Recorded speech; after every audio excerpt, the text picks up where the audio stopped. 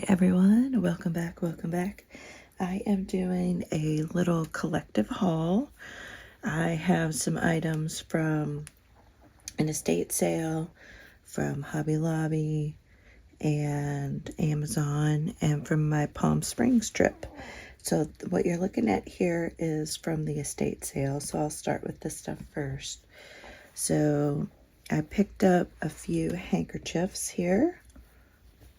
Isn't that one adorable? I think that would look really cute in a spring journal. And then we have this purple one. They had several more handkerchiefs, but a lot of them had stains. And I looked through these and I didn't see any stains on these. And the other nice thing is they don't really have an odor, which is nice too. Sometimes I have to air things out and wash them. And then this just has this cute little embroidery in the corner. Simple little hanky. And then these are pens, but I figured I could possibly take that off if I wanted to. And but I believe they're wood, and I don't know if they've been hand painted or machine painted. I don't know if they're vintage or not. My guess would be that they're pretty old, only because of the woman that lived there. But I just thought they were so pretty, and they would be really pretty, I feel, on a journal cover. So I'll be playing around with those. Oh, and here's one more. Apologize if there's a glare. And then I thought these were just really pretty. Again, another little pen. And here, this one with the, I think that's carved ivory, right? I mean, these are all costume, obviously, but I think they're still fun to use somehow in the journals. And then I really thought these cute little ladies. And these are clip-on earrings. And then she had quite a good number of doilies. And again, these were in really good shape as well. So I have a small one. I have two that are in this size. And they're a nice, what is that, like a bone color or a taupe color, ivory. And then there's two that are in this size. And again, none of these really have any stains on them, which is nice. And then I have three of them, three of these white ones in this size. So I thought that was a great, great find. And then I came across this in the stationery section, just a bunch of pink, stationery paper. But I like that it already had the deckled edge on it. And there's quite a bit here. I haven't counted them. And then also was this huge ledger pad right here. And it's not vintage, but that's okay. It hasn't been used. It's completely full. It has 50 sheets, 11 by 16. So I was really pleased with my finds at the estate sale. So the next thing, I stopped by Hobby Lobby, and I came across this stamp set. If you know me, you know that I love mushrooms. And this has, 1, 2, 3, 4, 5, 6, 7, 8, 9, 10 different types of mushrooms on there.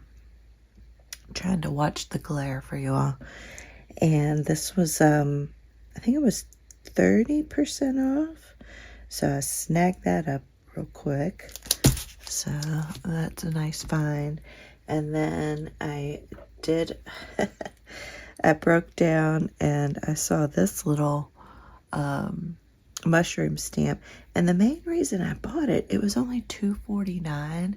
And I feel like at Hobby Lobby, the prices of their stamps used to be a lot more than that. But maybe it's just my imagination.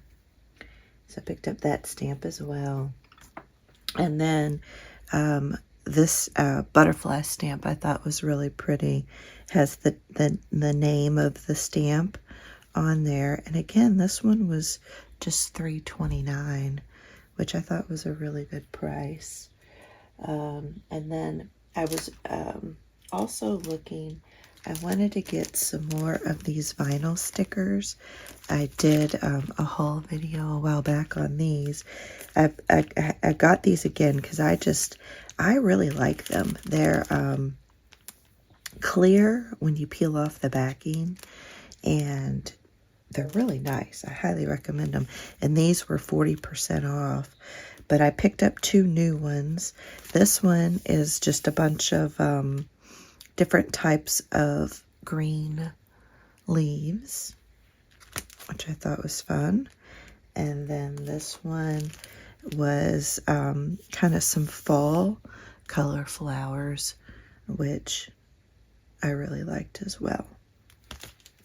And then I think the last thing I picked up at Hobby Lobby, and this was 40% off because all Paper Studios was 40% off. This pack, they're die cuts, but they had a really nice variety. So you get 2 of each one, and I loved all these mushroom ones. Like, look at the mushroom and the cloche. And then there's another mushroom. There's another one in a cloche. Another mushroom. So lots of mushrooms. But then these, like the teapot and the saucer and the chair and the mirror and the sofa, I thought those were really sweet to use like in the garden party theme. And then some of these nature ones I thought were nice as well. And I'll just show you the quality of them so you can get a flavor if you're interested in them. So they're a matte, and they're not too thick, which I like, but they're a nice sturdy cardstock material. And here's the little mushroom, but they're really nice quality. I'm sure they're trying to compete with Tim Holtz, but I thought the colors of these were pretty. I liked all the mushrooms that were in there. I liked all of it, really. So I think that was the last thing I picked up at Hobby Lobby. And then, one last thing from the estate sale I forgot to show you was this cute little book. It's called A Catholic's Guide, and it has the person's initials right there, I'm assuming. But it's a manual of devotions for the use of Catholics. And there's a year, 1938. And I just thought it was the sweetest little book. And I don't know if I'm going to just list the book in my Etsy shop or if I'm going to use it to make like some prayer journals and include some of the pages in the prayer journal. I haven't decided yet. It's in decent shape. There's a couple little holes and tears, but overall, like the binding is pretty intact, and this little bookmark. So I forgot to show you all that. When I was out in Palm Springs, I came across these playing cards. Oops, sorry guys. And I got them because I thought they were really pretty. So this is on this side. It's all the same. But on this side of the card, they have a different bird. And I don't know if they repeat, but I mean, I had no idea there were this many variety of hummingbirds, but aren't they so pretty? So I thought that was really neat. So it's like all these hummingbirds. I mean, look at that. So that was a hummingbird one. And then I also picked up a cactus one, and I picked up a bird one.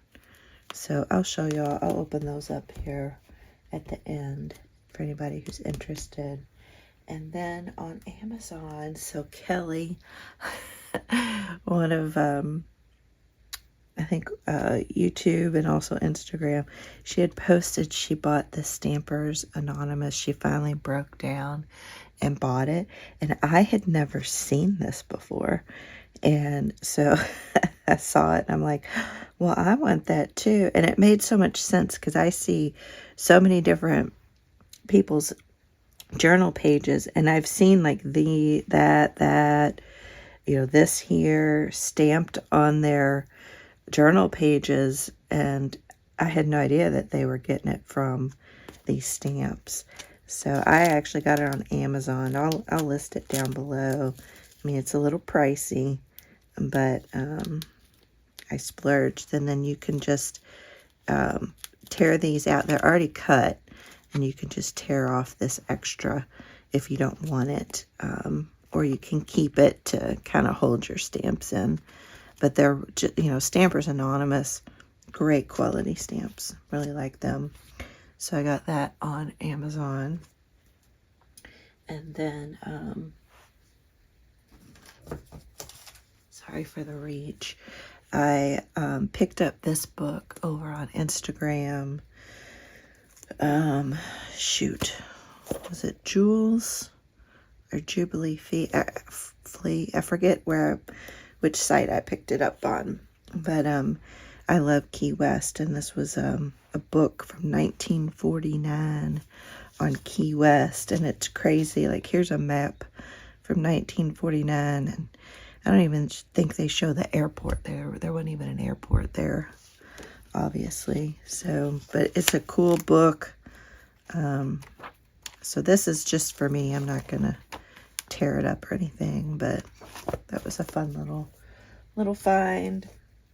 And then the last thing I got, I went over to our library, and I popped in Joann's over there, and I saw this cute little fairy stamp, and so I picked that fairy stamp up as well. But at the library, they have a thing called a makerspace, and I went to a Glowforge. It was a class to teach you how to cut wood on the Glowforge and also do etching. And so this was a lot of fun. So this is a wood bookmark. So she walked us through how to design this in Inkscape. And then we put it into the Glowforge software, and it cut it out. And it took about maybe 2 minutes to engrave and cut out this piece of wood. But it says reading inspires creativity. So that's just, we could put whatever we wanted on there. And I thought that was kind of fun. And it was really neat. So I feel a little bit more confident about using Inkscape now. So try to keep learning that. And then there's a little star. But check out your local libraries. A lot of them they call them maker spaces. And like ours has a Cricut machine, has a Silhouette machine, has a 3D printing machine. There's another one. And the Glowforge.